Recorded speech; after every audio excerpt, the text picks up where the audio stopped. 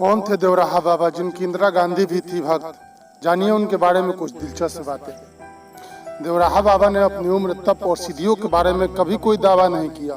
सहज, सरल और सादा जीवन जीने वाले बाबा देवराहा तो बिना पूछे ही सब कुछ जान लेते थे। यह उनकी साधना की शक्ति थी। ऋषि मुनियों के देश भारत में ऐसे कई संत हुए हैं जिन्हें दिव्य संत कहा जाता है। ऐसे ही एक दिव्य संत थे देवराहा बाबा। सहज, सरल और शांत प्रवृत्ति के बाबा को बहुत ज्ञान था। उनसे आने वालों में देश दुनिया के बड़े बड़े लोगों के नाम शामिल हैं। जून 1987 की बात है। वृंदावन में यमुना किनारे मचान पर बैठे देवराहा बाबा लोगों से बातचीत कर रहे थे। उधर अफरा तफरी मची हुई थी। प्रधानमंत्री राजीव गांधी को बाबा के दर्शन करने आना था। आला अफसरों ने हेलीपैड बनाने के लिए वहां लगे एक बबूल के पेड़ की डाल काटने के निर्देश दिए। पता लगते ही बाबा ने एक बड़े अफसर को बुलाया और पूछा कि पेड़ क्यों काटना चाहते हो? अफसर ने कहा, प्रधानमंत्री जी आ रहे हैं, इसलिए जरूरी है। बाबा बोले, तुम यहाँ प्रधानमंत्री को लाओगे, प्रशंसा पाओगे, प्रधानमंत्री का नाम भी होगा, लेकिन दंड तो बेचारे पेड़ को भुगतना पड़ेगा। वह इस बारे में पूछेगा तो क्या जवाब दूंगा? नहीं, यह पेड़ नहीं काटा जाएगा। अफसरों ने अपनी मजबूरी बताई, पर बाबा जरा भी राजी नहीं हुए। उनका कहना था कि यह पेड़ होगा तुम्हारी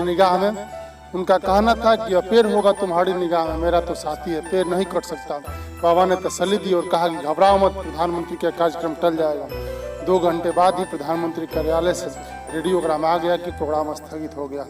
बाबा की शरण में आने वाले लोग सोचते कि बाबा ने इतना सब कैसे जान लेते हैं। ध्यान, प्राणायाम, समाधि के क्षेत्र में तो वह सिद्ध थे ही। धर्माचार्य, पंडित, तत्वज्ञानी, वेदांती भी उनसे संवाद करते थे। उन्होंने बड़ी बड़ी साधनाएं की। देवराहा बाबा का जन्म कब और कहाँ हुआ किसी को पता नहीं। उनकी उम्र का भी किसी को अंदाज नहीं।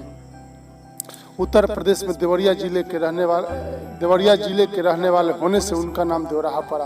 कुछ मान्यताओं के अनुसार वह दैवीय शक्तियों से संपन्न थे, इसलिए उनके भक्तों ने देवराहा बाबा कहा। आयु, योग, ध्यान और आशीर्वाद वरदान देने की क्षमता के कारण लोग उन्हें सिद्ध संत कहते थे। उनके अनुयायियों का मानना है कि वह 250 से 500 वर्ष तक रहे। मंगलवार संवत 2047 की योगिनी एकादशी तदनुसार 19 जून सन 1990 के दिन अपना शरीर छोड़ने वाले देवराहा बाबा की चमत्कारी शक्ति को लेकर तरह तरह की बातें कही सुनी जाती हैं। कहा जाता है कि बाबा जल पर भी चलते थे, उन्हें पलवनी सीधी प्राप्त थी। किसी भी गंतव्य पर पहुंचने के लिए उन्होंने कभी सवारी नहीं की। बाबा हर साल माघ मेले के समय प्रयाग आते थे। यमुना किनारे वृंदावन में वह आधा घंटा तक पानी में बिना सांस लिए रह लेते थे। देवराहा बाबा ने अपनी उम्र, तप और सिद्धियों के बारे में कभी कोई दावा नहीं किया, लेकिन उनके इर्द गिर्द हर तरह के लोगों की ऐसी भीड़ रही जो उनमें चमत्कार तलाशती थी। जय बाबा।